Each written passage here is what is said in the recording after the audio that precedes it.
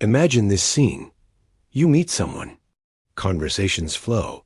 Laughter feels genuine. Future plans are made. Then suddenly, one message is left on read. Silence stretches for a day, 2, a week.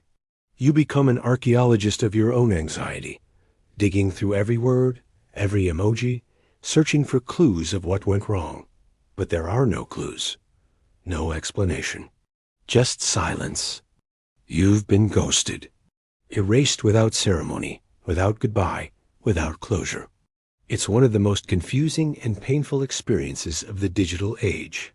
But behind this seemingly cowardly act lies a fascinating and complex web of psychological mechanisms. Today, we'll explore not only why people ghost, but also the profound impact it has on the human brain. Ghosting isn't just stopping communication. It's the deliberate withdrawal of all contact without warning or explanation in a relationship where continuity was expected. In the past, even a breakup over the phone had an end point, a final phrase.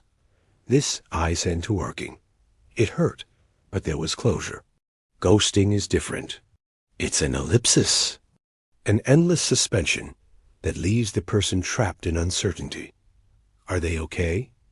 Did I do something wrong? Should I wait?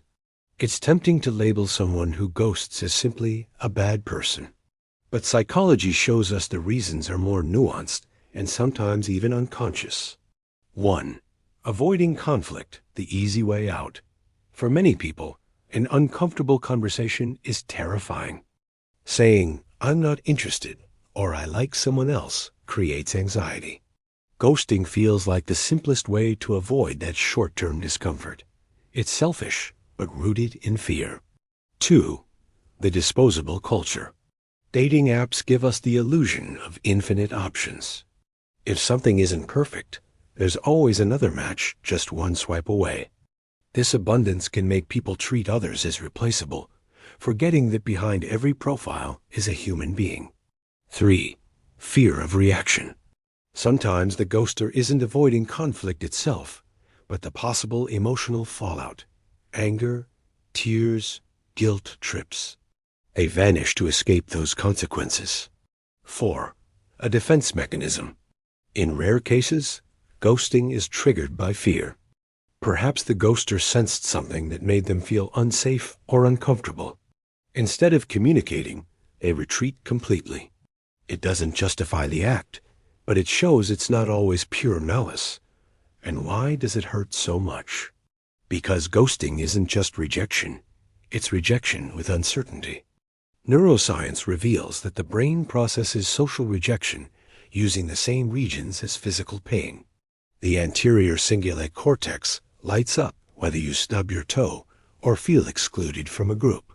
Evolution wired us to fear rejection because isolation once meant death. But ghosting adds another layer, the unanswered questions. With no explanation, the mind goes into overdrive, replaying conversations, searching for errors. This endless loop can fuel anxiety, erode self-esteem, and trap you in obsessive rumination. So how do you heal? Not by waiting for answers that may never come, but by giving yourself the closure the other person denied you. Step 1. Rewrite the story. It's not, "I wasn't good enough." The real story is, someone who lacked the maturity to communicate chose to disappear. Their failure says nothing about my worth. Step 2. Break the search cycle. Stop checking their profile. Delete the chat. Block if you must. Every revisit is like scratching a wound that needs to heal. Step 3. Validate the pain. Allow yourself to feel sad or angry. You're not exaggerating. Your pain is a natural neurobiological response to an abnormal form of rejection. Step 4. Reconnect. Lean on friends and family. Let them remind you of value through their presence.